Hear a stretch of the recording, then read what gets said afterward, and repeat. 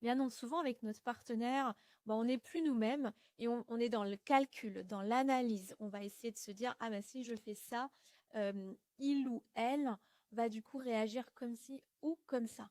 Et c'est clairement ça en fait qui vous fait défaut. Parce que vous vous dites inconsciemment, j'ai pas droit à l'erreur. Là, c'est presque une question de vie et de mort. Bien sûr, on n'est pas dans ça, mais c'est ce que votre cerveau vous dit. C'est peut-être une question de vie ou mort parce que si je ne la retrouve pas, eh bien, qu'est-ce qui va se passer? Ma vie est fichue. Et il y a cette idée-là.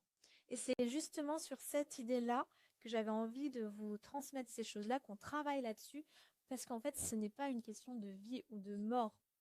Si aujourd'hui, la personne que vous désirez tant n'est pas là présent. C'est déjà de vous rassurer là-dessus parce que, en fait, souvent, d'aller voir frontalement nos peurs, on va se rendre compte qu'on va peut-être être dans l'exagération. Bien sûr que l'autre nous fait vivre des sensations.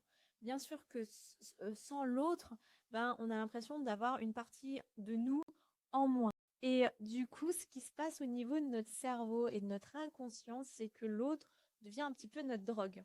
Et quand on n'a plus cette drogue-là, eh bien notre cerveau, qui pour lui pense que c'est qu'avec l'autre que je vais vivre des sensations fortes, que je vais me sentir vivant, et que quand il n'y a plus l'autre, je ne vais plus me sentir vivant, je ne vais plus exister. Et d'où ce mécanisme de peur. En fait, la peur, c'est simplement notre ego qui nous alerte, qui nous dit euh, on ne peut pas vivre, on ne va pas pouvoir s'en sortir. Et ça, c'est des histoires qu'on se raconte.